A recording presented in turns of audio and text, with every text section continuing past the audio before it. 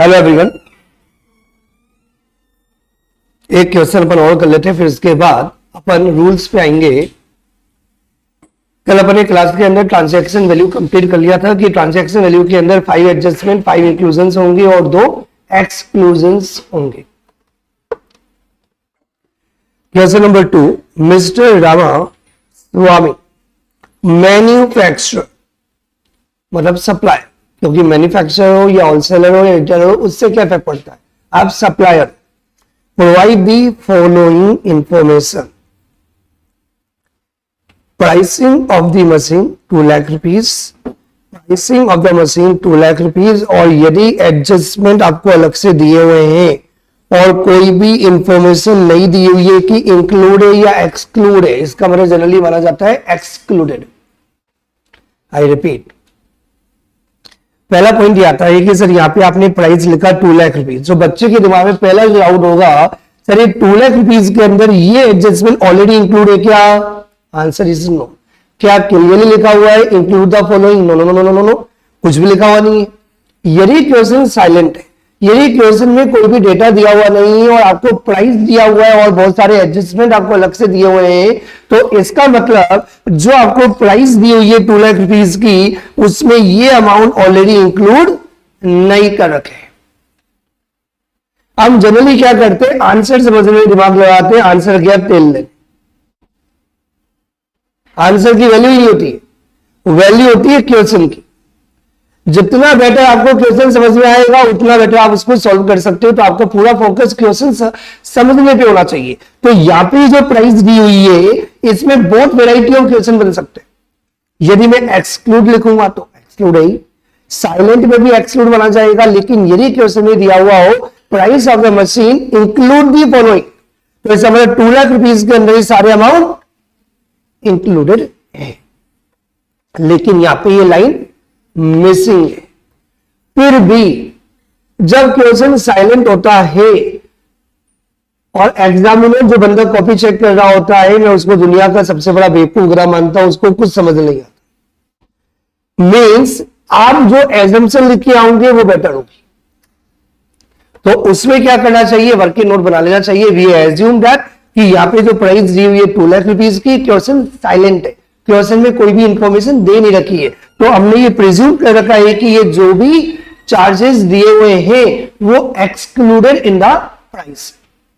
समझ में आ गई बात?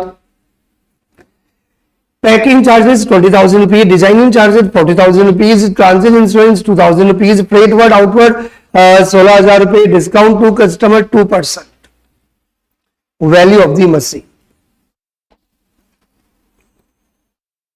तो मेरे से कोई बताएगा how to calculate the value of machine. आप क्या करोगे, कैसे सॉल्व करोगे? सर एडिंग बनाएंगे।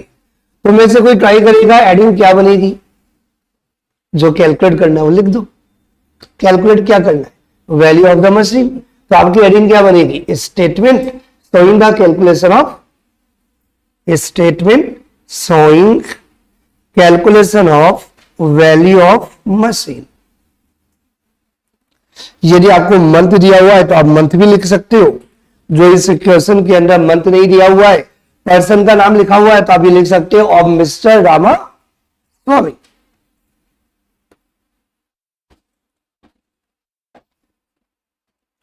जो बच्चे इतने ज्यादा परेशान हो जाते हैं सर फॉर्मेट क्या होगा, कैसे बनाएंगे, दिमाग ही नहीं लगाना। सिंपल आपको ध्यान रखना है कि क्या फाइंड आउट करना है। जो फाइंड आउट करना है वो आपकी हेडिंग बनती है। Very simple. आप यदि स्टेप बाय स्टेप ही आप आगे जाओगे तो जो आपके दिमाग में बर्डन होता है, जो ऑलरेडी एग्जाम दे चुके, तो ये करे वो करे, ये रह गया वो रह गया, कुछ नहीं रहा। स्टेप बाय स्टेप, पर माइंड में आपको ही ध्यान रखना है, मुझे स्टेप बाय स्टेप आगे बढ़ना है, मुझे लॉजिक के साथ आगे बढ़ना है। यदि एकदम से जंप करोगे तो टेंशन में होंगे, पैनिक होंगे। तो एडिंग क्या बनेगी? जो फाइंड आउट करना है क्वेश्चन में जो दिया हुआ है उसको एडिंग बना दो। फिर क्या करना है? वैल्यू निकालने के लिए आपको 2 चीजें चाहिए। 1 मिनट, एक पर्टिकुलर्स आएगा और एक अमाउंट आएगा। तो ये लिख दिया पर्टिकुलर्स और अमाउंट, वेरी इजी।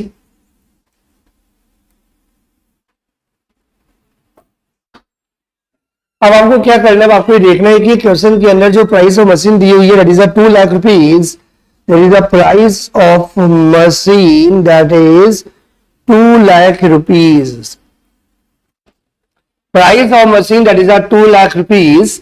अब आपको क्या करना है, इसमें जो इंफॉर्मेशन दे रखी है live packing charges, designing charges, ये इंक्लूड नहीं है, ये हमें पता चल गया है, क्वेश्चन हमने अंडरस्टैंड कर लिया। अब आपको प्रोविजन अप्लाई करना है।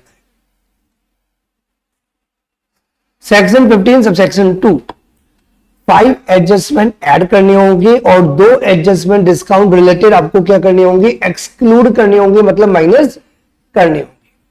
समझ में आ गई बात? तो ना पैकिंग चार्जेस के वैल्यू में ऐड होता है, कल अपन ने पढ़े थे बहुत सारे एडजस्टमेंट, याद आ रहा होगा, पैकिंग चार्जेस ऐड होगा, ऐड कर दो, क्योंकि वैल्यू में आपने ऑलरेडी ऐड कर नहीं रखा है, और पैकिंग चार्जेस ऐड होता है तो ऐड कर दो। कितना अमाउंट, 20,000 रुपीज। देन आपका क्या ऐड होगा, डिजाइनिंग चार्जेस। कल मैंने एक वर्ड बताया था, anything done by the supplier in relation to supplies, याद आया? यदि सप्लाईज के रिलेशन में यदि सप्लायर जो भी एक्स्ट्रा करता है उसका वो एक्स्ट्रा चार्ज करेगा, सब वैल्यू में ऐड होगा। तो मैं जल्दी जल्दी बोल देता हूं, टाइम वेस्ट नहीं करता। पैकिंग चार्जेस वैल्यू में ऐड होगा, डिजाइनिंग चार्जेस भी वैल्यू में ऐड होगा, 40,000 रुपीज भी, इंश्योरेंस भी जो आप बायर से लोगे वो भी वैल्यू में ऐड होगा, फ्रेट आउटवर्ड, फ्रेट आउटवर्ड जो आपका फ्रेट मतलब किराया, कार्टेज जो आपका लगा वो भी वैल्यू के अंदर ऐड होगा। फ्रेट मतलब किराया, आउटवर्ड मतलब फैक्ट्री के बाहर। भैया कस्टमर को या डिलीवर करोगे तो ऑब्वियसली वो तो आपको देना ही पड़ेगा ना, वो तो लगेगा ही।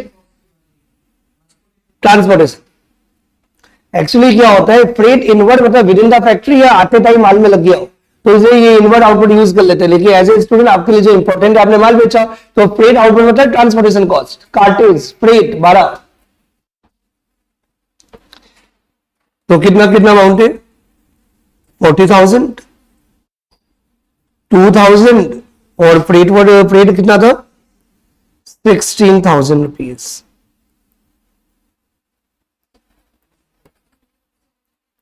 यहां तक कोई डाउट है, यहां तक कोई डाउट है? हेलो, नहीं है। अब ये सब बात याद रखो, जल्दीबाजी नहीं करनी, स्टेप बाय स्टेप, मतलब एज ए स्टूडेंट ऐसे आगे बढ़ा कर 1 2 3 4 5 सारे पॉइंट कवर कर लिए, आप बिल्कुल पीस ऑफ माइंड रहेगा, आपको टेंशन ही नहीं होगा, मतलब ये कर लिया वो कर लिया, ना ना ना ना ना, माइंड बिल्कुल रिलैक्स। एक्चुअली अपने स्टार्टिंग में स्पीड कम होती है क्योंकि आप सिर्फ पढ़ाई नहीं कर रहे होते हो, आप एक स्ट्रेटजी बना रहे होते हो, एक माइंड में फॉर्मेट डेवलप होता है, और लास्ट में स्पीड इसलिए बढ़ रही होती है क्योंकि फॉर्मेट बन चुका होता है, आपको सिर्फ रिकॉल करना होता है। क्योंकि स्टार्टिंग में आपको ये नहीं करना कि आपको समझना, आपको देखना क्वेश्चन सॉल्व कैसे किया जाता है, पैटर्न क्या है। पैटर्न ये है कि ये ले लिया, ये लेना, ना ना ना, आपके माइंड में ये होना चाहिए, एक एक लाइन, ये डन, ये डन, ये डन, ये डन। बड़ा बहुत बार जब बच्चा क्वेश्चन सॉल्व करता है तो गलती से यार मैं ये तो भूल ही गया करना, तो बिना मतलब के नंबर ही जाते हैं और बिना मतलब की आपकी मिस्टेक हो जाती है। और जो भी अपने ये एग्जीक्यूटिव के एग्जाम्स होते हैं, एक नंबर बहुत ज्यादा इंपॉर्टेंट होता है।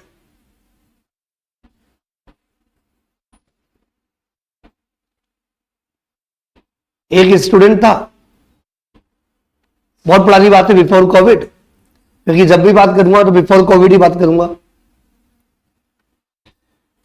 एक स्टूडेंट जिसकी ऑल इंडिया रैंक 5 उस समय प्रोफेशनल के अंदर, ऑल इंडिया रैंक 5 से ज्यादा मार्क्स, समझने वाली बात, ए पेपर में 39,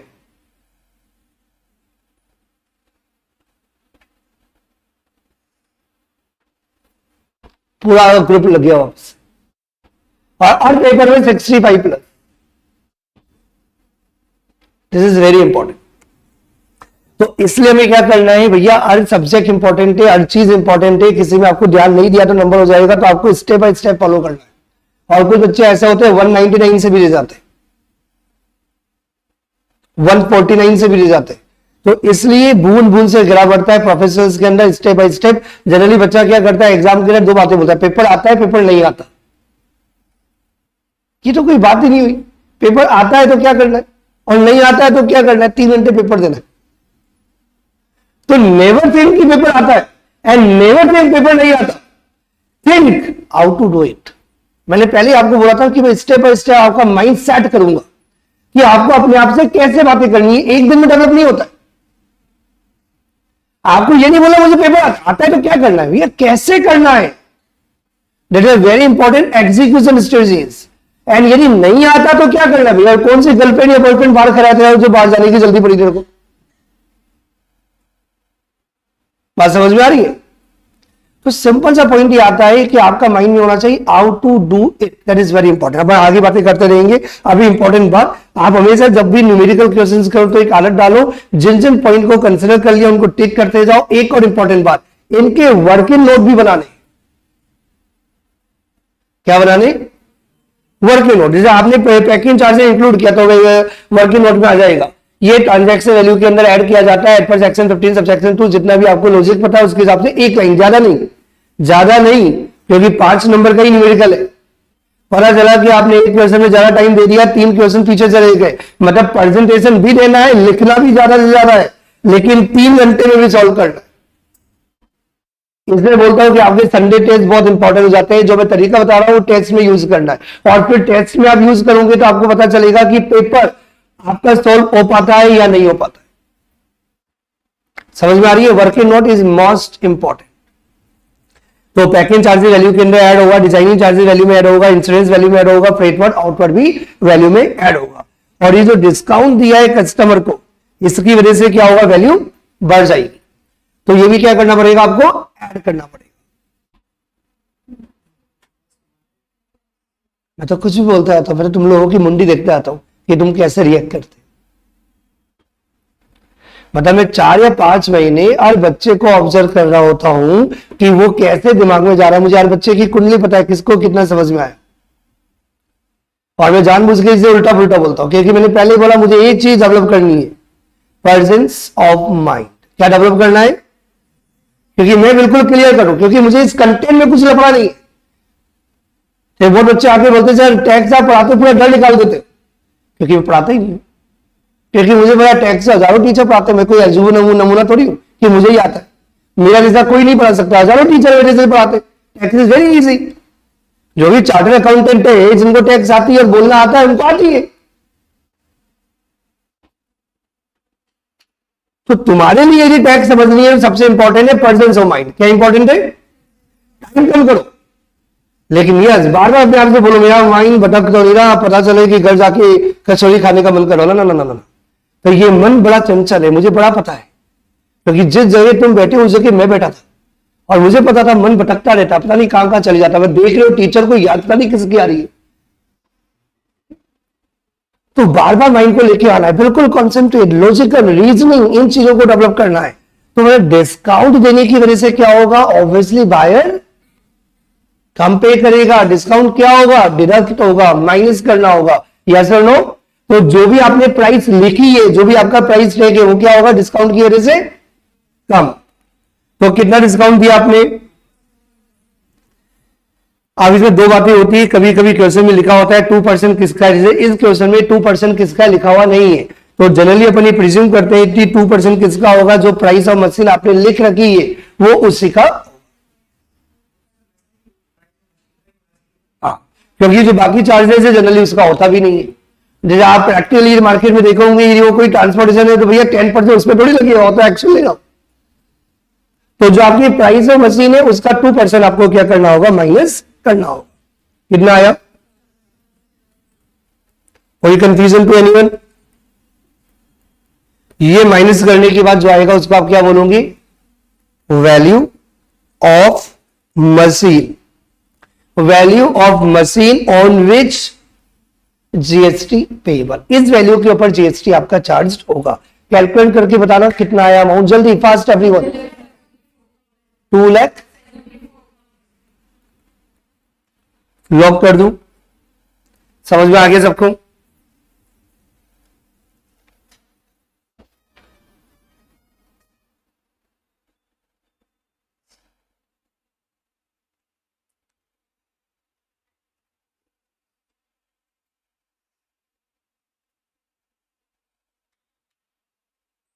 ना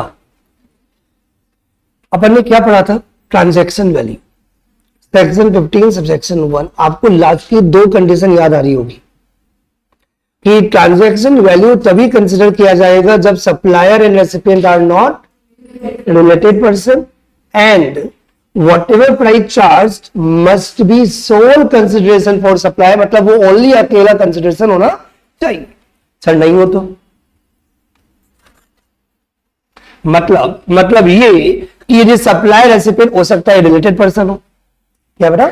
सप्लायर रेसिपिएंट हो सकता है कि रिलेटेड पर्सन हो और हो सकता है कि प्राइस के साथ कोई कंसिडरेशन काइंड में भी दिया जा रहा हो। तो then what would be the value of supply? तो वैल्यू किसके आधार पर निकाली जाएगी? ट्रांजैक्शन वैल्यू कंसिडर नहीं होगा। क्या कंसिडर होगा? रूल्स। क्या अप्लाई होंगे?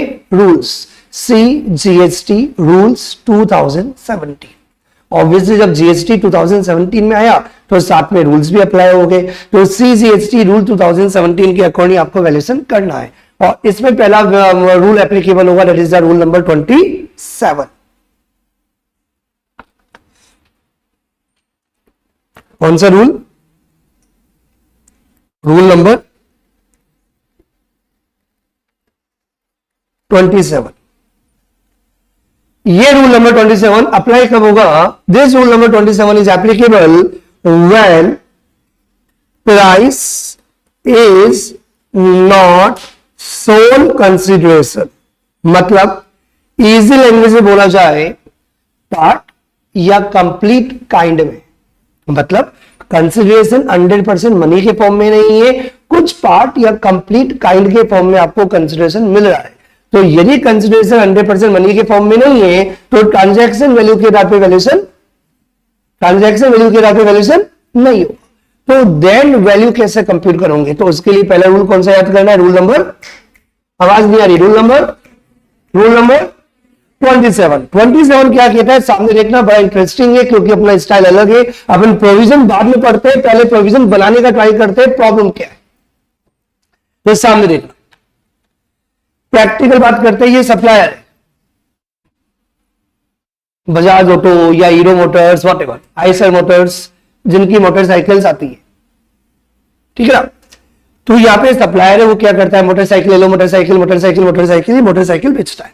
तो सप्लायर नाम दे देते, अपन एक काम करते थोड़ा बेटर हो जाएगा। सप्लायर को नाम दे देते ए और रेसिपिएंट को नाम दे देते बी, राइट। ए ने बी को मोटरसाइकिल बेची, प्रैक्टिकली बी के पास पुरानी मोटरसाइकिल होगी। तो 99% आजकल लोग क्या करते? हेलो, अपनी पुरानी मोटरसाइकिल दी और नई मोटरसाइकिल खरीद ली। नहीं,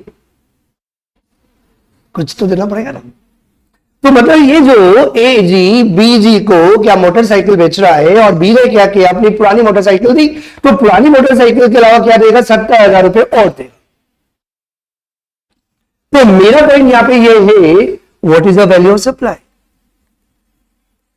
ये तो मुझे समझ में आ गया कि वैल्यू ऑफ सप्लाई 70,000 रुपए ट्रांजैक्शन वैल्यू अकेला नहीं हो सकता, क्योंकि 100% कंसिडरेशन मनी में नहीं है। क्योंकि यहां पे रेसिपिएंट ने, बायर ने 70,000 रुपए के अलावा पुरानी मोटरसाइकिल भी दी है। ये समझ में आया? It means section 15 subsection 1 is not applicable. तो क्या अप्लाई होगा? रूल्स।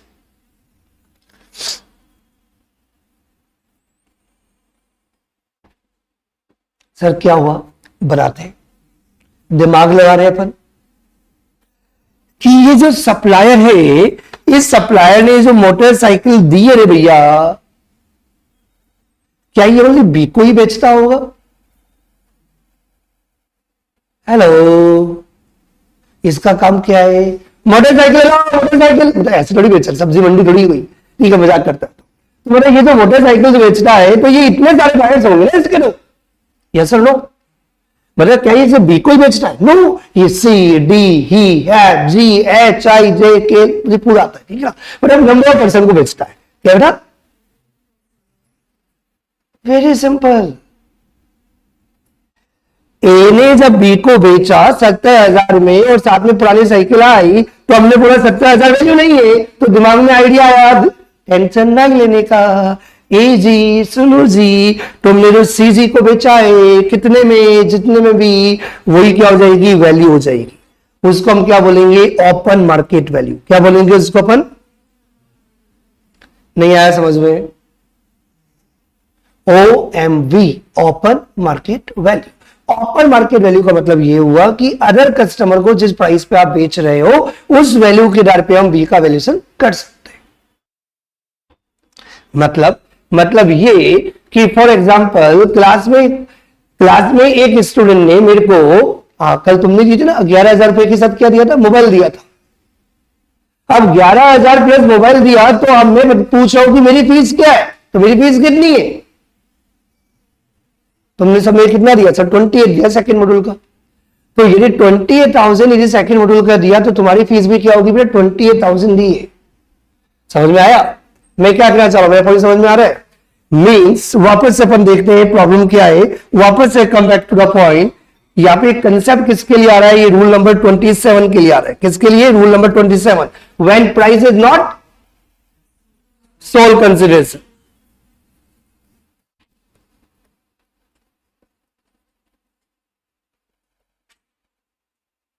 राइट, तो सप्लायर ने जो मोटरसाइकिल दी, सप्लायर का नाम क्या है ए, रेसिपिएंट का नाम क्या है बी।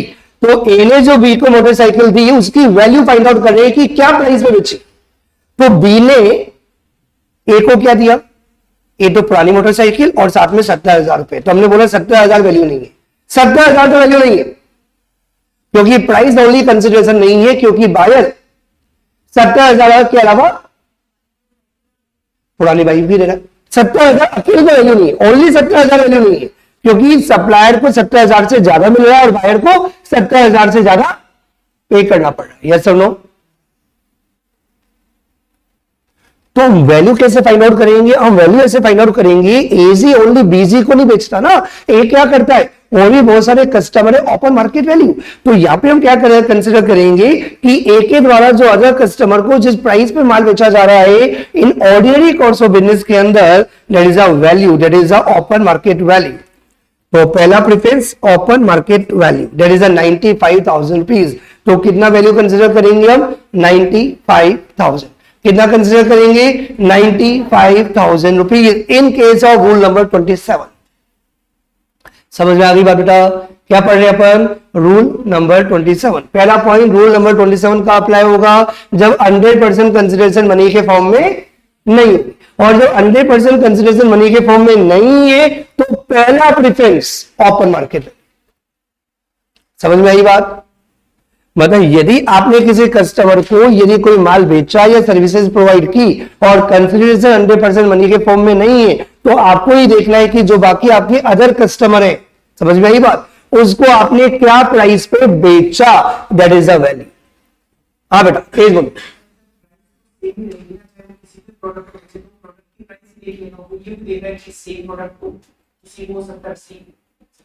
क्योंकि प्राइस प्रोडक्ट की प्राइस इसलिए देखी जाती है क्योंकि जनरली हम 5% डिस्काउंट तो सबको ही चिपकाते हैं ना।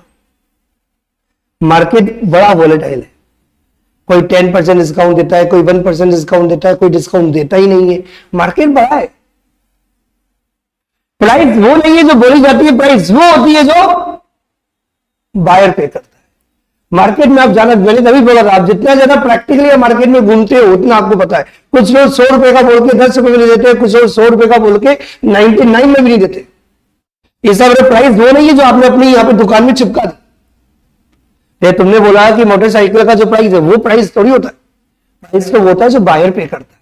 लेकिन बायर ने तो क्या किया, कंसिडरेशन का ही में दे दिया। अब क्या किया जाए, अब ये किया जाए कि जो बाकी कस्टमर्स है उनसे आपने कितना चार्ज किया, दैट इज अ वैल्यू।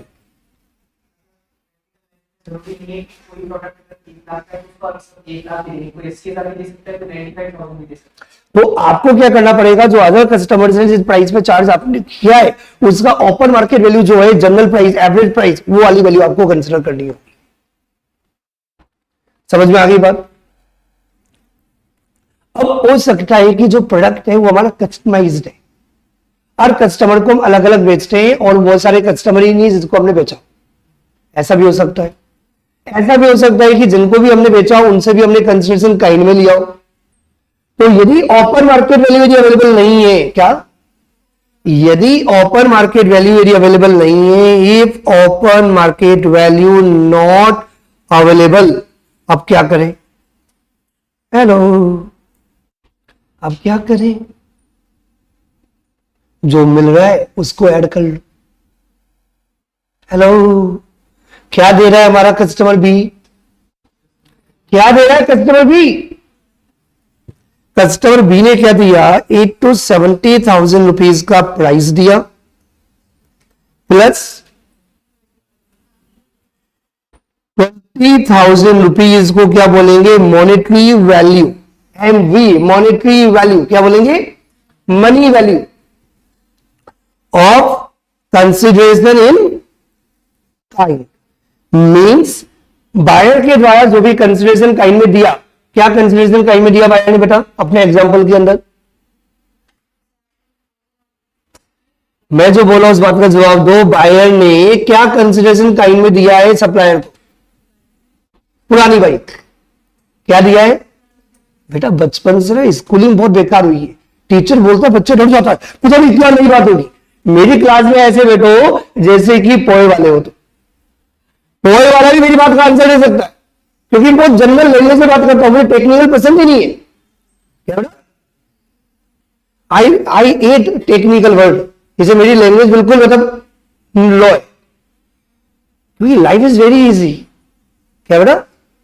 हाँ, लाइफ बहुत इजी, आराम से गप्पे मारने में। पहले ही बोला था 1 घंटे मेरी क्लास में बैठो था, मजे करने के लिए आ रहे हैं, फिर निंदा आज गप्पे मारेंगे 1 घंटा, क्योंकि मुझे टेक्निकल वर्डिंग बिल्कुल पसंद नहीं आती। टेक्निकल वर्डिंग दिए नहीं अपने आप जाती है जब आप बार बार 6 या 7 बार रिवीजन कर रहे होते हो, लेकिन एक बार समझने के लिए क्या जरूरी है? जनरल। क्या दिया बायर ने? मोटरसाइकिल। 70,000 तो दिए, काइंड में क्या दिया? पुरानी बाइक। तो पुरानी बाइक की जो मॉनेटरी वैल्यू है, जो उसकी मनी वैल्यू है, वो मनी वैल्यू मैंने फाइंड आउट कर रखी है 20,000 रुपीज। समझ में आ रही बात? तो 70 प्लस 20 कितना हो गया? 90,000 रुपीज। अब कोई बच्चा बोले सर पॉइंट नंबर 1 हो गया, पॉइंट नंबर 2 होगा, कौन सी वैल्यू लेंगे? 1 की या 2 की? ए और बी, विच 1 और 2 विच एवर इज हायर या लोअर? 1 या 2 विच एवर इज हायर या लोअर?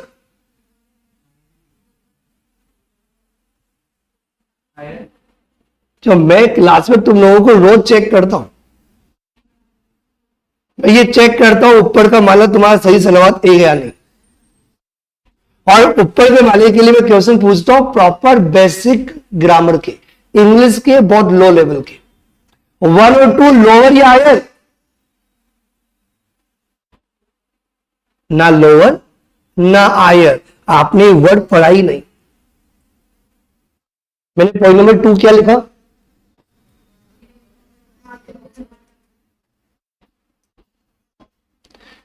मम्मी बोल के गई बेटा घर में कोई नहीं हो तो पड़ोसी के घर पे चले जाना। मैं पड़ोसी के घर वैसे चले जाऊं तो पड़ोसी के घर ऐसे नहीं जाना, अपने घर पे आने का। अपने घर पे कोई नहीं हो तो पड़ोसी के घर जाने का। बात समझ में आई कि नहीं? आपने ध्यान से नहीं पढ़ा। पॉइंट नंबर 2 में मैंने वर्ड क्या लिखा है? If open market value is not, इसका मतलब ये और नहीं है, ये सीक्वेंस में। मतलब यदि आपने कोई भी माल या कोई भी सर्विसेज प्रोवाइड की और 100% कंसिडरेशन नहीं है तो पहला प्रीफरेंस है ये हायर लोअर की बात ही नहीं है। आपको सबसे पहले देखना ओपन मार्केट वैल्यू है क्या। यदि ओपन मार्केट वैल्यू है तो ओपन मार्केट वैल्यू के आधार पर वैल्यूएशन होगा, चाहे वो कम हो या ज्यादा हो। कम हो ज्यादा की बात ही नहीं है। समझ में आ रही बात? तो पहला प्रेफरेंस क्या होगा? Open market value. पहला प्रेफरेंस क्या होगा? Open market value. तो मुझे बहुत सारे बच्चे मुझे ये भी आके सुनता हूं, बड़ा अजीब लगता है सर हमें प्रोविजन आके क्वेश्चन सॉल्व नहीं होते। मेरे सब्जेक्ट में नहीं बोलते, लेकिन ऐसे बहुत सारे सब्जेक्ट के अंदर बेटा यदि प्रोविजन समझ में आ गया तो क्वेश्चन सॉल्व नहीं हो सकता, या हो सकता, ऐसा हो ही नहीं सकता। मतलब आपने प्रोविजन का पोस्टमार्टम किया नहीं। जब भी कोई प्रोविजन पढ़ो तो जल्दीबाजी में मत करो, धीरे धीरे पढ़ो। उस प्रोविजन का जितना ज्यादा पोस्टमार्टम होगा ना उतना ज्यादा बेटर अंडरस्टैंडिंग आएगी, और जितनी बेटर अंडरस्टैंडिंग आएगी फिर जो पूछना है पूछो, पर प्रॉब्लम नहीं आएगी। समझ में आ रही बात? इसे पढ़ाते टाइम हमेशा क्या करता हूं, बिल्कुल लो स्पीड रखता हूं। बात समझ में आई बेटा? पहला प्रेफरेंस क्या होगी? प्रेफरेंस है ये, और नहीं है ये, आयर और वाला कंसेप्ट भी नहीं है। मींस यदि 100% कंसिडरेशन यदि मनी फॉर्म में नहीं है तो आपको क्या देखना है? Directly open market value. यदि है तो उसके आधार पर वैल्यू निकलेगी, और यदि ओपन मार्केट वैल्यू अवेलेबल नहीं है तो बायर ने क्या दिया? ऐसे पूछो, बायर ने क्या दिया? 70,000 का मनी दिया, और जो भी कंसिडरेशन काइंड में दिया उसका मनी वैल्यू क्या दिया? Money value of consideration in kind.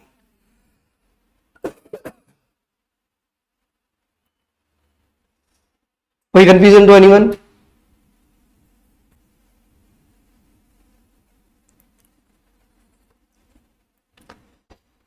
यदि ये भी आप फाइंड आउट नहीं कर पाओ तो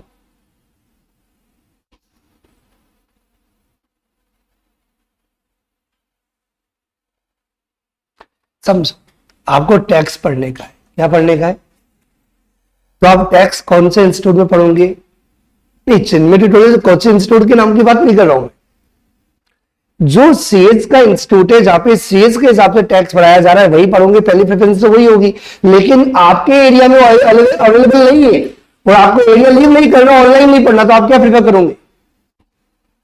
टैक्स तो टैक्स होती है और रियल में टैक्स ही है, तो आप कहां पढ़ोगे? सर सीए इंटर का जो टैक्स अभी चल रहा होगा उसके अंदर पढ़ लोगे। तो बेटा जहां पे सीएस नहीं होगा वही तो सीए इंटर का बैच लोगे ना। Is point number 3। यदि point number 1 and point number 2 दोनों अवेलेबल नहीं हो, मतलब तेज बोलो, ओपन मार्केट वैल्यू भी अवेलेबल नहीं है और जो भी कंसिडरेशन बायर ने दिया उसका मनी वैल्यू हम फाइंड आउट नहीं कर पा रहे, तो क्या करेंगे? Point number 3। और पॉइंट नंबर 3 क्या कहता है कि फॉर एग्जांपल आप बजाज ऑटो वाले हो तो जो आपके लाइक सप्लायर्स है, बजाज ऑटो की कॉम्पिटिटर कौन है बेटा? Eicher Motors, hero Motors. तो जो भी अदर सप्लायर्स है, या तो मैंने पूरी बाइक ही बदल दी है, लाइक नहीं है, ये तो बिल्कुल डिफरेंट वैरायटी हो गई। जिनको मोटरसाइकिल पसंद है, जिनको मोटरसाइकिल पसंद है उनको समझ में आ गया हो, तो बिल्कुल डिफरेंट वैरायटी है। ठीक है, एग्जाम्पल मैंने बहुत डिफरेंट ले लिया, लेकिन आपको लाइक टाइम लेना है। लाइक टाइम मतलब मिलता जुलता या थोड़ा बहुत चेंज, लेकिन वेराइटी सेम, ये तो वेराइटी अलग हो गई। तो मीन जो अदर सप्लायर्स है सेम काइंड की, क्या बेटा? जो अदर सप्लायर्स है जो सेम काइंड मतलब जो आइडेंटिकल और सिमिलर गुड सप्लाई करते हैं उनका वैल्यू आप कंसिडर कर सकते हो, दैट इज ₹88,000। कोई confusion? This is the point number 3। कितनी प्रेफरेंस हो गई? 3। एक बार वापस से रिकॉल करते हैं। पहली बात, रूल नंबर 27 कब अप्लाई होगा? जब ट्रांजैक्शन वैल्यू अप्लाई नहीं होगी। ट्रांजैक्शन वैल्यू क्यों अप्लाई नहीं होगी? क्योंकि कंसिडरेशन 100% मनी के फॉर्म में नहीं है। जब 100% कंसिडरेशन मनी में नहीं है तो आप कहां गए? रूल नंबर 27 बोलता है पहला प्रेफरेंस ओपन मार्केट वैल्यू। आवाज नहीं आ रही? Open market value. Open market value समझ में आ गया? ओपन मार्केट वैल्यू अवेलेबल नहीं है तो देन जो भी कंसिडरेशन बायर आपको दे रहा है, मतलब जो मनी दे रहा है प्लस जो कंसिडरेशन काइंड में दे रहा है उसका मनी वैल्यू आप ऐड कर दो। एंड थर्ड क्या बोलता है? जो लाइक सप्लायर्स है, मतलब जो आइडेंटिकल सिमिलर गुड्स के जो सप्लायर है उनकी वैल्यू को आप कंसिडर कर सकते हैं। अब बेटा क्या डाउट है? सबको क्लियर? एवरीवन?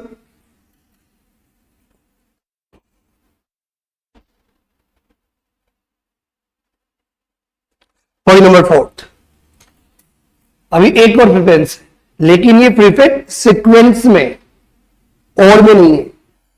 मतलब पॉइंट नंबर 4 का नंबर तभी आएगा जब 1, 2 एंड 3 नॉट अवेलेबल का मतलब उसके अकॉर्डिंग आप वैल्यू कंप्यूट नहीं कर पा रहे हैं, तो देन 4th नंबर।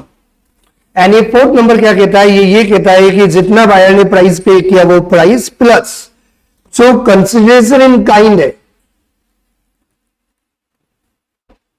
उसका मनी वैल्यू आप कंप्यूट नहीं कर पा रहे।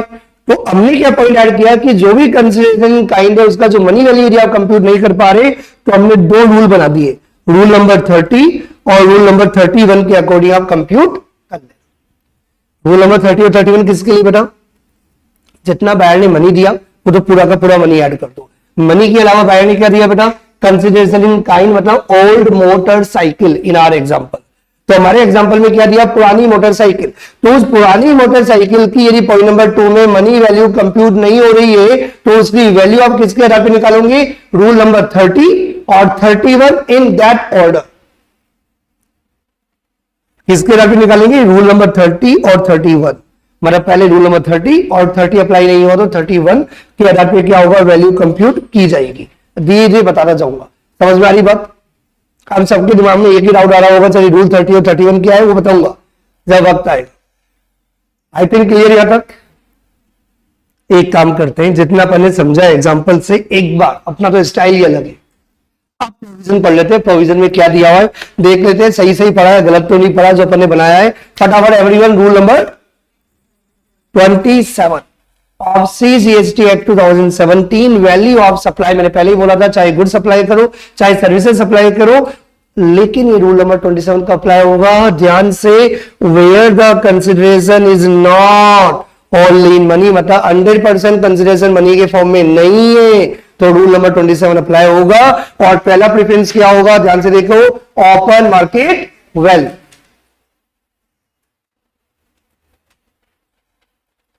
किसी को डाउट? यदि ओपन मार्केट वैल्यू अवेलेबल नहीं है तभी, वरना आगे नहीं आगे नहीं आगे नहीं आगे नहीं, वहीं रुक जाओ।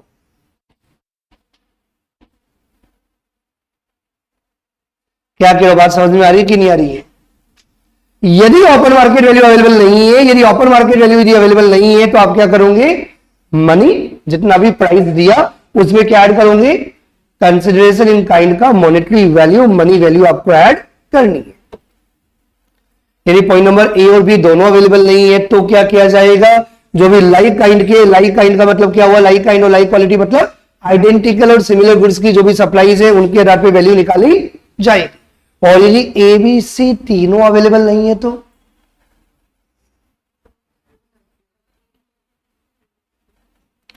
एबीसी तीनों अवेलेबल नहीं है तो किया जाएगा पॉइंट नंबर डी। और पॉइंट नंबर डी क्या कहता है, जितना मनी दिया वो तो है ही, कंसिडरेशन इन काइंड का मॉनेटरी वैल्यू कंप्यूट किया जाएगा by the way of rule number 30 और 31 in that order. That order का मतलब पहले रूल 30 के आधार पे वैल्यू निकाली जाएगी और 30 अप्लाई नहीं हुआ तो 31 के आधार पे कंसिडरेशन इन काइंड का मॉनेटरी वैल्यू कंप्यूट किया जाएगा।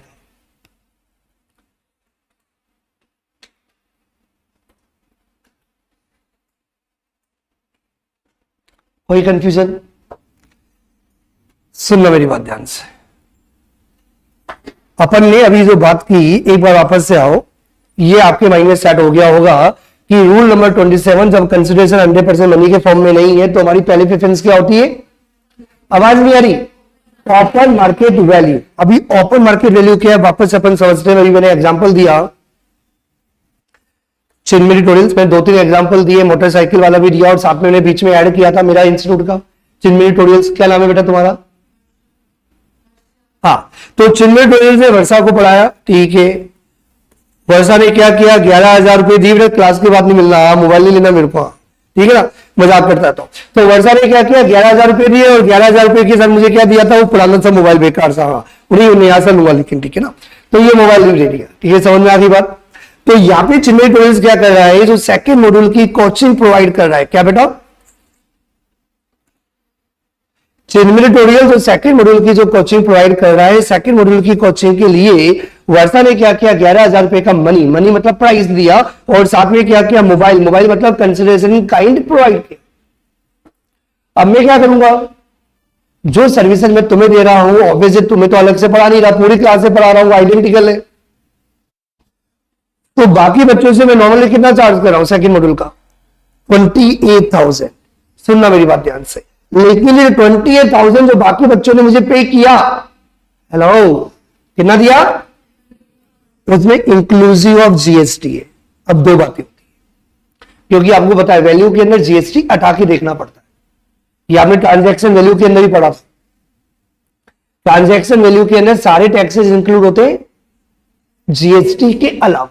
जीएसटी के ऊपर जीएसटी थोड़ी लगाना है आपको, तो जीएसटी तो लगाना पड़ेगा। तो भैया जो मैंने अदर बायर से जो मैंने प्राइस चार्ज की, जो मैंने अदर कस्टमर से जो प्राइस चार्ज की, उसमें दो बातें हो सकती है। यदि मैंने 28,000 रुपीज चार्ज किया एक्सक्लूसिव ऑफ जीएसटी, तब तो डायरेक्टली वैल्यू कितनी आ जाएगी? 28। हेलो, कितनी आ जाएगी? तेज बोलो। लेकिन यदि मैंने अदर कस्टमर से, अदर स्टूडेंट से प्राइस चार्ज की 28,000 इंक्लूसिव ऑफ जीएसटी, तो मुझे जीएसटी क्या करना पड़ेगा? हटाना पड़ेगा। क्या करना पड़ेगा? जीएसटी हटाना पड़ेगा। समझ में आ रही है मेरी बात? जल्दी नहीं है सर, कैसे हटाना पड़ेगा समझाता हूं। जिनको आता है अच्छी बात है, जिनको नहीं आता है समझना ध्यान से, स्टेप बाय स्टेप समझाऊंगा। और वो एक तरीका तो सबसे बढ़िया ही होता है जो बचपन से किया है, फॉर्मूला अट्टा मार लो। वो सराबार आइटा में रसगुल्ले की तरह, गर्मी हो या ठंड हो रसगुल्ला खाते रहो। तो वो तो है, तो अट्टा तो मार नहीं है, लेकिन जितना अपन समझ सकते हैं आपका याद करने का कंटेंट कम हो जाएगा, ज्यादा बेटर है। नॉर्मली प्राइस होती है, वैल्यू होती है 100 रुपए, और यदि जीएसटी आपका 18% है तो जीएसटी किसके ऊपर लगेगा? 100 रुपए के ऊपर। तो आप टोटल अमाउंट कितना चार्ज करोगे? टोटल अमाउंट कितना हो गया? 118। That is inclusive of GST. Yes और नो? आवाज नहीं आ रही? यदि मैं कहूं कि मैंने किसी स्टूडेंट से 28,000 रुपीज चार्ज किया इंक्लूसिव ऑफ जीएसटी, तो जीएसटी जो निकलेगा वो ऐसे नहीं निकल सकता, क्योंकि 28,000 का डायरेक्टली 18% नहीं कर सकते, क्योंकि 28,000 रुपए के अंदर क्या है बेटा? 28,000 रुपए के अंदर क्या है? जीएसटी इंक्लूड है। तो ये 100 के इक्विवेलेंट नहीं है, ये 118 के इक्विवेलेंट है। ये समझ में आई बात? हेलो, 28,000 रुपए के अंदर जीएसटी इंक्लूड है ना? हेलो बेटा, 28,000 रुपीज के अंदर जीएसटी इंक्लूड है ना? बोला ना मैंने? तो ये 100 रुपए के बराबर थोड़ी है, क्योंकि 100 रुपए में जीएसटी नहीं है। 100 रुपए अलग, 18 रुपए जीएसटी अलग, तो 118 में जीएसटी है। तो 28,000 कितने के इक्विवेलेंट है? 118 के इक्विवेलेंट है। तो आपको क्या निकालना है? जीएसटी। तो यदि जीएसटी निकालना है तो आप क्या करोगे? इंटू 18। और यदि वैल्यू निकालना है तो वैल्यू कितने के इक्विवेलेंट है? 100 के। Very easy. जिनकी मैथमेटिक्स बहुत अच्छी है या मैथमेटिक्स समझने में दिमाग चलता है तो उनको समझ में आ गया होगा, और जिनने बचपन से आज तक कभी समझा ही नहीं तो आज भी मत समझना। फिर फॉर्मूला है, समझ में आ रही मेरी बात? तो एक फॉर्मूला है जो आप लिख लो।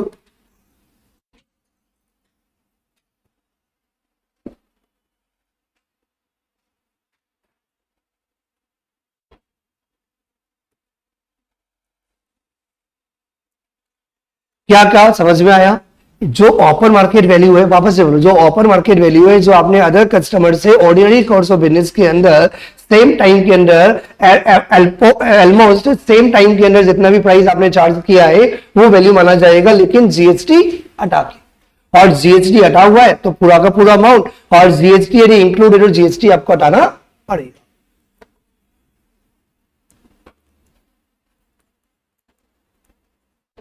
Value of supply, open market value inclusive of GST यदि है तो। यदि ओपन मार्केट वैल्यू के अंदर जीएसटी इंक्लूड नहीं है तो पूरा का पूरा ओपन मार्केट वैल्यू आपका वैल्यू ऑफ सप्लाई माना जाएगा। लेकिन जो ओपन मार्केट वैल्यू है यदि उसमें जीएसटी इंक्लूड कर रखा है, क्या इंक्लूड कर रखा है? जीएसटी, तो ये कितने के इक्विवेलेंट है? ये इक्विवेलेंट टू 100 नहीं है, ये equivalent to 100 plus rate of GST है।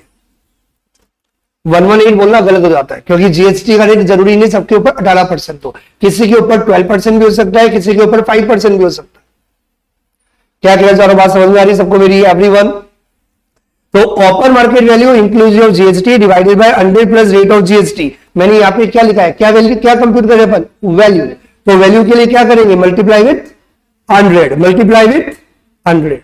समझ में आ गई बात? अब 3 कैटेगरीज हैं। वो बच्चे जो पहली बार में समझ जाते हैं क्योंकि उनका लॉजिकल बचपन से आदत है उनको, वो बच्चे जिनको लॉजिकल समझने की आदत है लेकिन किसी ने पढ़ाया ही नहीं तो उनको रट्टा मारना पड़ता था, तो वो बच्चे हमेशा पहले समझने का ट्राई किया। तो वही बच्चे जिनको पता है भैया क्या, और मजाक नहीं है, मेरा लाइफ में उसूल है भैया, बुढ़ापे में आके कौन बदलता है? बुढ़ापा हो गया भैया, 19 साल के बुढ़े हो चुके हो तुम, अब आके थोड़ी एक दिन में स्टाइल हो जाता है, समझूंगा भैया बचपन से जो आपने नहीं किया आप कैसे करेगा? तो जो किया है वही कर। तो तुम रट्टा मारने वाले, क्योंकि मैं मल्टी टैलेंटेड हूं, मैं हर इंसान को हर तरीके से पढ़ाता हूं, मुझे सब कुछ आता है, समझने वाले को समझना, डिबेट वाले को डिबेट, रट्टा मारने वाले को रट्टा, रिजल्ट आना चाहिए। आई वेरी क्लियर, 2007 से पढ़ा रहा हूं, पता नहीं कितने बच्चों को पढ़ा दिया। तो हमें हर बच्चे के हिसाब से चल रहा है, तो मेरी क्लास में हर बच्चे के हिसाब से, आप अपने हिसाब से लगा लिया कोई बात, क्योंकि मैं पहली प्रेफरेंस हमेशा समझने पे दूंगा। तो जिनका पता है कि सर समझना ही नहीं है, वो कान बंद कर लिया। लेकिन जो सेकंड कैटेगरी वाले बच्चे जिनको ट्राई किया जा सकता है, तो ट्राई करो। उससे क्या होता है कि रट्टा मार के तो बढ़िया हो जाता है, लेकिन यदि रट्टा मारा हुआ भी थोड़ा सा लॉजिक लगा लो, तो कभी एग्जाम हॉल के अंदर यदि आप भटके तो आप बहुत जल्दी रेक्टिफाई कर लोगे। लॉजिकल ऐसा होना चाहिए, तो इसलिए लॉजिक बहुत फायदा होता है, क्योंकि आपको हमेशा एग्जाम हॉल में क्या होता है, कंफ्यूजन आता ही है, थोड़ा सा फॉर्मूला ऊपर नीचे हो ही जाता है। समझ में आ गई होगी मेरी बात। तो अपन क्या पढ़ रहे बेटा, ओपन मार्केट वैल्यू। तो यदि ओपन मार्केट वैल्यू के अंदर या किसी भी अमाउंट के अंदर जीएसटी इंक्लूड कर रखा है, तो आपको क्या करना होगा, 100 plus rate of GST into value, value मतलब 100। समझ में आ गई बात? तो ये डायरेक्टली आपका वैल्यू आ जाएगा। कोई कंफ्यूजन?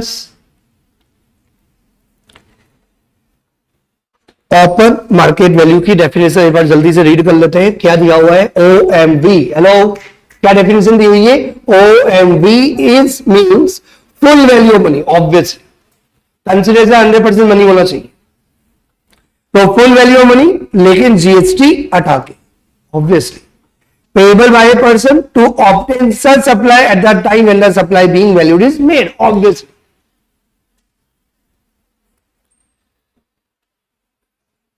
जैसे मैंने क्या नाम है, वर्षा को 11,000 रुपए का मनी चार्ज किया और एक मोबाइल दे दिया। अब पता मैं क्या बोलता हूं, मैं आज से 2015 के अंदर सेकंड मॉड्यूल 12,000 में पढ़ाता था सर। 2012 अभी क्या है, 2026। सर अभी की बात करो ना, क्या करते थे।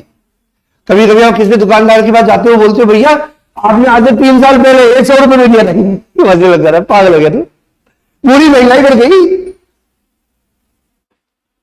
जब से ये ईरान का ये जो युद्ध चल रहा है, ये यूएसए वाला प्रॉब्लम, इजराइल वाला प्रॉब्लम, भैया डॉलर का प्राइस बढ़ता जा रहा है, मार्केट में प्राइस इंक्रीज होती जा रही है। हाँ क्या हुआ बेटा ऑनलाइन में?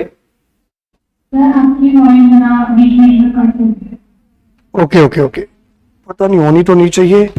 चलो अब सही आ रही है? हेलो, तो इंपॉर्टेंट बात क्या है, ऑब्वियसली टाइम से होना चाहिए। जब मैं आपको सप्लाई कर रहा हूं उसी सेम टाइम पे या मिलता जुलता सेम टाइम मैंने किसी थर्ड पर्सन को भी कोई गुड्स या सर्विसेज सप्लाई की, तो जो थर्ड पर्सन को जो मैंने गुड्स और सर्विसेज सप्लाई की, तो उसका जो फुल वैल्यू मनी है जीएसटी हटा के, that will be the value of supply. और ये तभी माना जाएगा जब जिस बंदे को मैं बेच रहा हूं, जिस पर्सन को मैं सर्विसेज प्रोवाइड कर रहा हूं, वो पर्सन और मैं क्या होनी चाहिए, not related person, and price क्या होनी चाहिए, ओनली कंसिडरेशन। समझ में आ गई बात? तो ये इंप्लाइड है। समझाता हूं, डेमो देना पड़ता है हर चीज का। फॉर एग्जाम्पल मैंने किसी स्टूडेंट को पढ़ाया, वर्षा को पढ़ाया, 11,000 रुपए चार्ज किया। कितना चार्ज किया? 11,000। ये वैल्यू नहीं है। ये वैल्यू क्यों नहीं है? क्योंकि मैंने मोबाइल लिया। ठीक है ना बेटा? हेलो, तुम्हारा नाम क्या बेटा? Second bench right hand side, तुम्हारा नाम क्या है? तो मैंने उषा से कितना चार्ज किया? 15,000 रुपए। कितना चार्ज किया? नहीं, तुमने मुझे फर्नीचर दे दिया। अब 15,000 के आधार पे तुम्हारा वैल्यूएशन नहीं हो सकता, क्योंकि 100% कंसिडरेशन काइंड में नहीं है, ओपन मार्केट वैल्यू भी। ये बात समझ में आई? It is very important. तो ओपन मार्केट वैल्यू मतलब जो आपका मेन कस्टमर जिसका वैल्यूएशन कर रहे हो, उसके अलावा किसी और कस्टमर को जिस प्राइस पे आप बेच रहे हो, जीएसटी हटा के जो आपकी वैल्यू होगी वो वैल्यू। लेकिन यहां भी वो 2 पॉइंट तो आपको ऐड करने ही पड़ेंगे ना। कौन से? आप और वो पर्सन, थर्ड पर्सन क्या होना चाहिए? Not related person, and price क्या होनी चाहिए, सोल कंसिडरेशन। समझ में आ गई बात?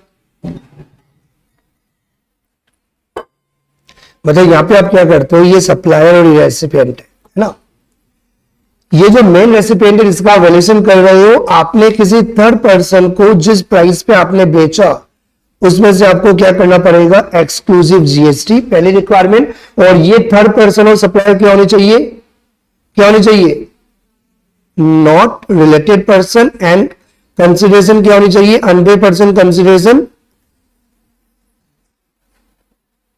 मनी में होनी चाहिए। समझ में आ गई बात? Hello everyone. Now supply of like kind and like quality मैंने आपको समझा दिया। मार्केट में बहुत सारे मतलब सप्लायर्स होते हैं, तो जो भी लाइक काइंड और लाइक क्वालिटी का मतलब क्या हुआ, सेम और closely resembles in respect of features. कैसे बोलूंगे कि मिलते जुलते प्रोडक्ट है, फीचर्स के आधार पे, क्वालिटी के आधार पे, क्वांटिटी के आधार पे, फंक्शंस के आधार पे, रेपुटेशंस के आधार पे। समझ में अभी बात में मैंने क्या बोला एवरीवन?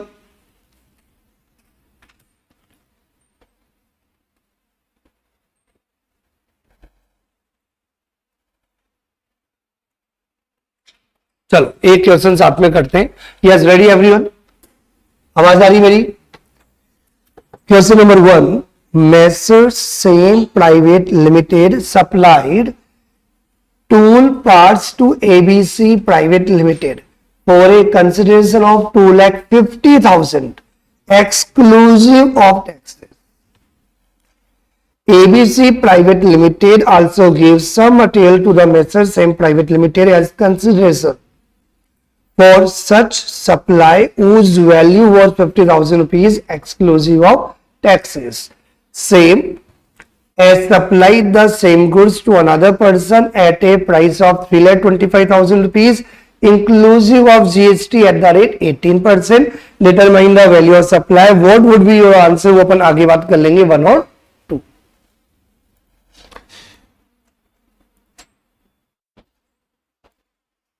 Yes ready everyone? कोई जल्दी नहीं है।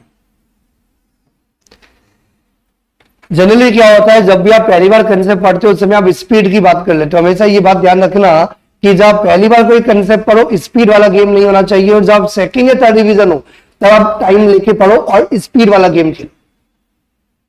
सबसे पहले क्या करना चाहिए, मैंने पहले भी कहा था, चार्ट बना लो। यस, स्टार्टिंग की 4 लाइन्स, स्टार्टिंग की 4 line, last second bench right hand side, last second bench right hand side. हाँ बेटा इधर इन 4 लाइंस देख के मुझे बताओ कौन है सप्लायर और कौन है recipient.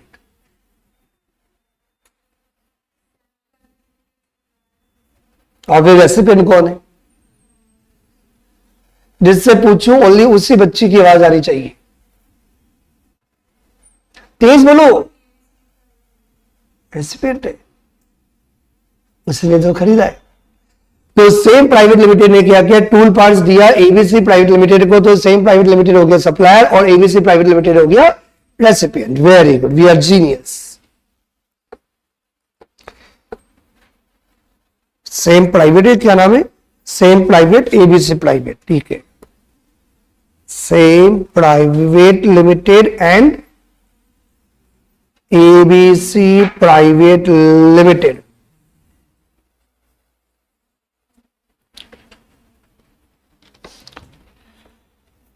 Same Private Limited supplies tool parts, यही लिखा था ना। सप्लायर ने, इसको बोलते हैं सप्लायर, इसको बोलते हैं रेसिपिएंट। We are genius. तो सप्लायर ने रेसिपिएंट को टूल पार्ट्स सप्लाई किए। फिर आगे क्वेश्चन में क्या दिया हुआ है, पढ़ते जाओ। कितने में क्या दिया हुआ है, ये रेसिपिएंट एबीसी प्राइवेट लिमिटेड कितना प्राइस दे रहा है, 2,50,000 रुपीज, जिसमें जीएसटी इंक्लूड नहीं है। प्लस एबीसी प्राइवेट लिमिटेड कुछ मटेरियल भी प्रोवाइड कर रहा है, वो भी लिखा हुआ है। कितने का मटेरियल है, जो मटेरियल प्रोवाइड कर रहा है उसकी वैल्यू कितनी है? 50,000 रुपीज जीएसटी के बिना। ये क्वेश्चन में डेटा दिया हुआ है। कोई कंफ्यूजन टू एनीवन? वैल्यू क्या होगी मैंने इस बारे में भी बात भी नहीं की, क्योंकि आंसर क्या, तेल लेने में आंसर के पीछे भागता ही नहीं। मैं सबसे पहले क्या करता हूं, क्वेश्चन का पोस्टमार्टम करता हूं, डेटा का एनालिसिस करता हूं, फिर उसके बाद हम आते हैं कि प्रोविजन क्या कहता है, फिर हमारा आंसर क्या होगा। ये बात समझ में आ रही है सबको? कोई और डेटा भी दिया हुआ है क्या? Yes, message same limited private limited supply the same goods, मतलब वैसा का वैसा ही प्रोडक्ट सेम प्राइवेट लिमिटेड ने सप्लाइड किया टू अनदर कस्टमर। कस्टमर का नाम दिया हुआ है क्या? टू अनदर पर्सन, हम भी लिख देते टू अनदर पर्सन। कितने में? 3,25,000। लेकिन उसमें एक लाइन लिखी हुई है 3,25,000 inclusive of GST at the rate 18%। क्या लिखा हुआ है? Inclusive of GST at the rate 18%। मैं भाई क्या कह रहा हूं, बात समझ में आ रही है सबको? अब आते हैं क्वेश्चन की रिगार्डिंग। कोई doubt? Determine the value of supply, जिससे पूछूं ओनली वही, जिससे पूछूं ओनली वही। What is the value of supply? Second bench right hand side. हाँ बेटा तुम बताओगे वैल्यू ऑफ सप्लाई क्या होगा? सेम प्राइवेट लिमिटेड ने, वैल्यूएशन किसका करे? सेम प्राइवेट लिमिटेड ने जो एबीसी प्राइवेट लिमिटेड को जो टूल पार्ट्स बेचे उसकी वैल्यू क्या है? जल्दी बताओ, वैल्यू ऑफ सप्लाई क्या है? और बीच में कोई और नहीं बोलेगा। 2,50,000, ठीक है। थर्ड बेंच मिड में। हाँ बेटा तुम बताओगी what is the value of supply? Same private limited ने जो tool parts ABC private limited को दिए उसकी वैल्यू क्या है? जल्दी बताओ बेटा, तेज बोलो। 2.5 लाख रुपया बेटा, बगल वाली राइट हैंड साइड वाली बच्ची 3 लाख, 3 लाख लग रहा है। मैं तुम बताओ। हाँ 2.5 लाख। तुम बताओ बेटा, second bench left hand side last. Tej, value of supply 2.5 lakh. Hello 3 lakh. तुम बताओ बेटा, थर्ड बेंच 2,50,000। तुम बताओ बेटा, 3 लाख। तुम बताओ, तेज बोलना।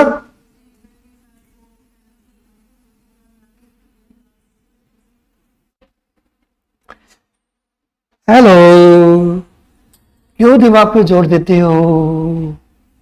दिमाग पे जोर देने से दिमाग फट जाता है। सिंपल, आपको सिंपल रूल नंबर 27 में जाने का है। यदि मतलब कौन सप्लायर कौन है? सप्लायर कौन है? सेम प्राइवेट लिमिटेड ने एबीसी प्राइवेट लिमिटेड को टूल्स पार्ट बेचा। यदि सिर्फ 2.5 लाख रुपए लिया होता तब फिर 2.5 लाख रुपए ट्रांजैक्शन वैल्यू के तौर पर वैल्यूएशन कर लेते। लेकिन सेम प्राइवेट लिमिटेड ने 2.5 लाख रुपए के अलावा क्या दिया? कुछ मटेरियल भी दिया, कंसिडरेशन काइंड में भी दिया, तो देन ट्रांजैक्शन वैल्यू अप्लाई नहीं होगा। तो चलते हैं क्लास से नहीं, रूल नंबर 27। तो रूल नंबर 27 ये कहता है कि जब 100% कंसिडरेशन यदि मनी फॉर्म में नहीं हो तो क्या कंसिडर करेंगे? मैंने ऐसा नहीं बोला अब करबम भाई वो 80-90 पूरे सोना ना। को समझ में आई कि नहीं है? मैंने ऐसा नहीं बोला कि जो मन में आए ना। सबसे पहले ओपन मार्केट वैल्यू। क्या बोला मैंने? आवाज नहीं आ रही? समझ में आ रहा है मैं क्या कहना चाह रहा हूं? ओपन मार्केट वैल्यू क्या है? ओपन मार्केट वैल्यू का मतलब ये हुआ कि सेम प्राइवेट लिमिटेड ने जो एबीसी को दिया वैसा ही मटेरियल किसको दिया, अनदर पर्सन को। क्या प्राइस पे दिया, 3,25,000 पे। तो ओपन मार्केट वैल्यू क्या है, 3,25,000, लेकिन उसमें जीएसटी इंक्लूड है, तो जीएसटी हटा कर देखना पड़ेगा। समझ में आई बात। तो जिन्होंने 2.5 लाख बोला, हेलो पापीज, कहां से बोला, मैंने बोला ना हम एनालिसिस बहुत ज्यादा करते हैं, मेरा स्टाइल बहुत है। कहां से आई आवाज, रूल नंबर 27 ने 2.5 लाख बोला ही नहीं, तो तुमने कैसे बोला। दिल चाहता है, दिल नहीं चाहता। What we have to do as a professional, हम पहले प्रोविजन पढ़ते हैं, फिर क्वेश्चन पढ़ते हैं, क्वेश्चन को प्रोविजन के साथ अप्लाई करके हमें आंसर देना होता है। जब आपको समझ में आ गया है कि रूल नंबर 27 अप्लाई होगा, तो रूल नंबर 27 का पहला प्रेफरेंस क्या है, फिर ये बोलो मुझे लगता है, तुम प्यार थोड़ी करने जा रहे हो जो दिल की सुनोगे, दिमाग की सुनोगे। समझ में आ रही बात। जब प्यार करो दिल की, जब प्रोफेशनली काम करो सिर्फ दिमाग की। और दिमाग का मतलब ये हुआ कि क्या अच्छा लगता है वो नहीं, लोग क्या कहता है, बार बार खुद से बोला करो। प्रोविजन क्या है, प्रोविजन क्या है, तो प्रोविजन क्या है, ओपन मार्केट वैल्यू। प्रोविजन क्या है, समझ में आया। थोड़ा सा पैटर्न बदलेगा सब बदलेगा, पैटर्न बदलना है, बार बार प्रोविजन पे जाना पड़ेगा। प्रोविजन क्या कहता है, ओपन मार्केट वैल्यू पहली प्रेफरेंस है। और ओपन मार्केट वैल्यू मतलब अनदर पर्सन को जिस प्राइस पे आपने बेचा, जिसमें जीएसटी ये तो हटा देंगे, आता है हटाना, लेकिन वैल्यू क्या होगी, ओपन मार्केट वैल्यू। किसी को कंफ्यूजन इन द क्लास, जिन्होंने कुछ उल्टा पुल्टा भी बोला तो उनको समझ में आ गया कि उन्होंने क्या पाप किया। समझ में आ रही बात।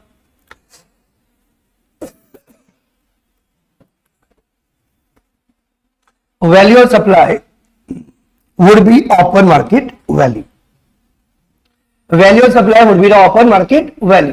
तो यहां पे वैल्यू क्या होगी, यदि ओपन मार्केट वैल्यू के अंदर इंक्लूसिव ऑफ जीएसटी यदि दिया हुआ है तो divided by 100 plus rate of GST into 100।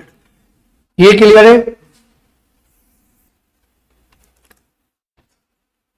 Open market value inclusive of GST कितना है, 3,25,000। इसमें जीएसटी ऑलरेडी इंक्लूड है, मुझे लगता है तो सब सही करेंगे अब तो। डिवाइडेड बाय 118 इंटू 100, यह आ जाएगा वैल्यू ऑफ सप्लाई 2 लाख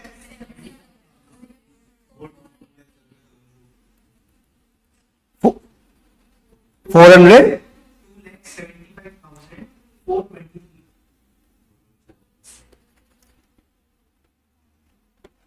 2,75,423 तो 424 भी कर सकते। वैसे वैल्यू को राउंड ऑफ करने का कोई रूल नहीं है, मतलब राउंड ऑफ करना जरूरी नहीं है, कर भी लो नहीं भी करो लफड़ा नहीं, ये कंपल्सरी नहीं है। मतलब यदि आप 423.7 लिखते हो तो भी चलता है, क्योंकि जनरली यहाँ पे बहुत जगह राउंड ऑफ के रूल्स होते हैं। जैसे जो जीएसटी आप पे करोगे वो 1 रुपीज में राउंड ऑफ हो, तो जीएसटी जो आप पे करोगे कभी 30 पैसा थोड़ी दोगे, अभी राउंड ऑफ करके देना पड़ेगा। तो जीएसटी राउंड ऑफ होगा, वैल्यू के रिगार्डिंग कोई प्रोविजन नहीं है, तो आप राउंड ऑफ कर भी दो नहीं भी करो दोनों चलेगा। समझ में आ गई मेरी बात। आइटम क्लियर यहां तक, ईमानदारी से बेटा एक बात हमेशा याद रखना, कुछ बच्चे बोलते घर जाके देख लेंगे, अभी तो आज ही ला दो, मेरी क्लास में ऐसा ना कर। समझ में आ रही बात, नहीं समझ में आ रहा है बोलो, क्योंकि वी हैव टू चेंज, उसके लिए घर पे पढ़ो, चेंज नहीं हो रहा तो, लेकिन सीखना पड़ेगा, ऑप्शन नहीं है, क्योंकि मैं तुम लोगों को देख के ही ये स्पीड करता हूं। मतलब मेरी हर बैच के अंदर पढ़ाने की स्पीड बिल्कुल अलग होती है, मेरी कोई स्पीड ही नहीं है। वो डिपेंड करता है कि कभी कोई टॉपिक 2 घंटे कल चल जाता है और कोई टॉपिक आधे घंटे में खत्म हो जाता है, डिपेंड करता है बच्चा कैसे रिएक्ट कर रहा है। क्या कह रहा, बात समझ में आ रही है एवरीवन?